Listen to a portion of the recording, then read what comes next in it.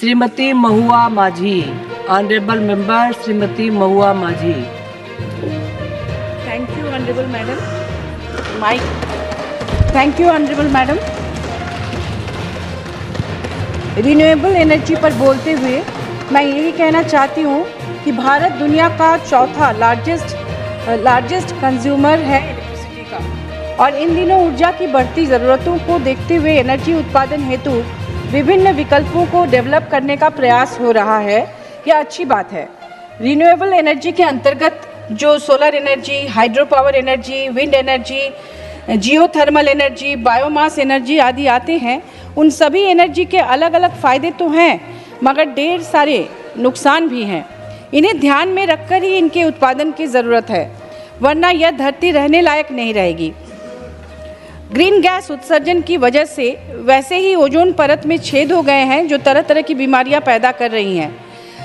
हमें और जनता को पता होना चाहिए कि सोलर एनर्जी से वायु प्रदूषण होता है, जिसमें nitrogen oxide, hydrocarbon, carbon monoxide, सीसा और आर्सेनिक का उत्सर्जन शामिल है। सोलर पैनल के अपशिष्टों का निपटान भविष्य में एक बहुत बड़ी समस्या बन सकती है।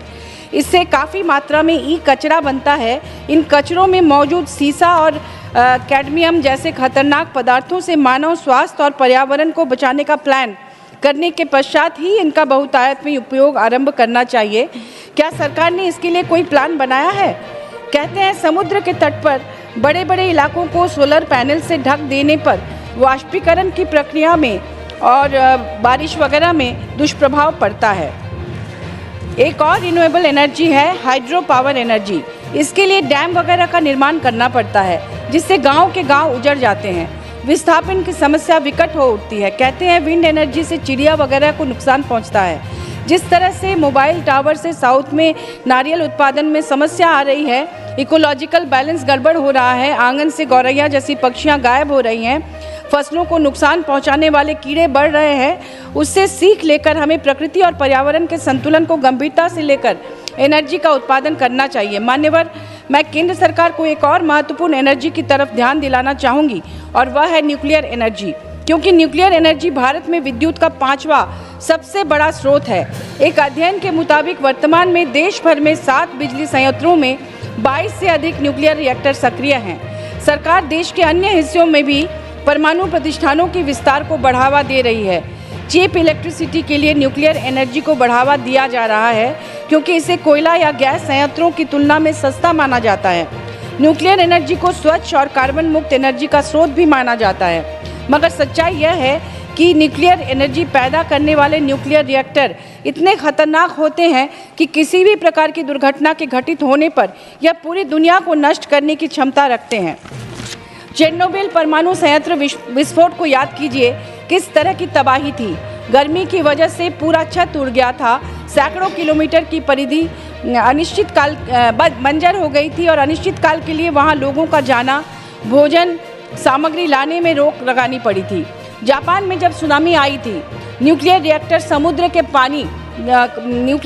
में समुद्र का जो पानी है 15 फीट ऊंचे बाउंड्री वाल को लांघ कर उस न्यूक्लियर रिएक्टर के अंदर आ गया था, जिससे कूलिंग सिस्टम फेल हो गया था और वहां से रेडिएशन आरंभ हो गया था, और वो रेडिएशन प्रशांत सागर को पार करके कैलिफोर्निया तक पहुंच गया था। अमेरिका के हाथ पांव फूल गए थे, तो उसने दुनिया का सबसे बड़ा जनरेटर वहां से हवाई जहाज से भेजकर उसके कूलिंग सिस्टम को दुरुस्त किया।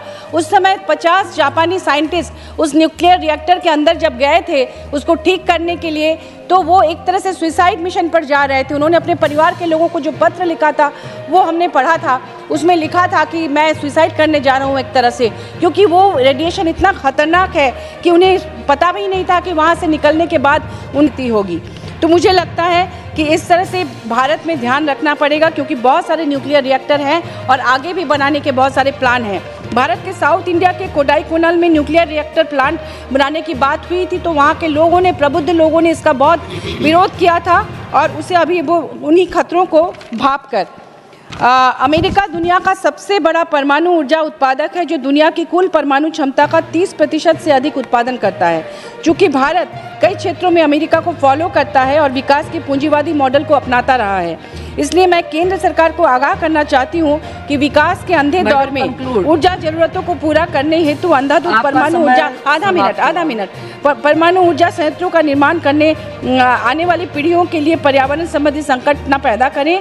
परमाणु रिएक्टर संयंत्रों से निकला ईंधन वेस्ट जो है वो अत्यंत खतरनाक है, इसलिए इसका ध्यान रखकर ही न्यूक्लियर एनर्जी को बढ़ावा दिया जाए। Thank you. Honourable member Shri Brijlal ji.